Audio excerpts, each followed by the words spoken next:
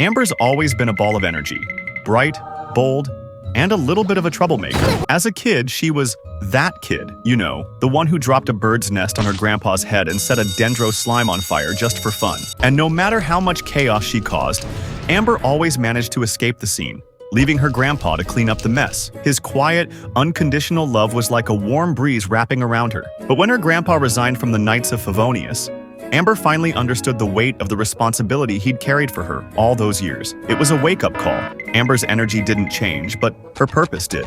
She learned that with great power and a lot of enthusiasm comes great responsibility. Amber's grandpa wasn't always a knight. He started as a mercenary from Liyue, protecting merchant caravans across Teyvat. But one day, tragedy struck. His entire caravan was wiped out by a monster.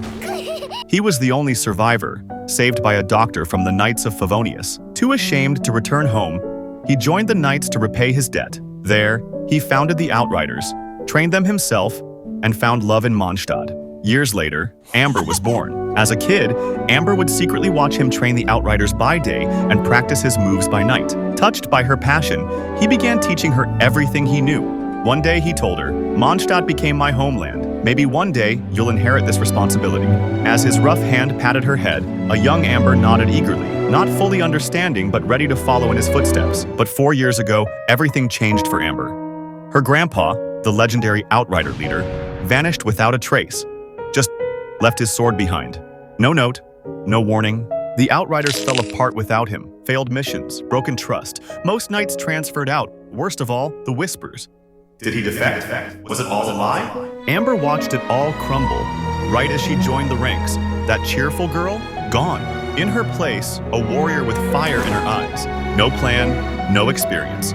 Just raw determination to prove her grandpa's legacy, find the truth, become Mondstadt's protector.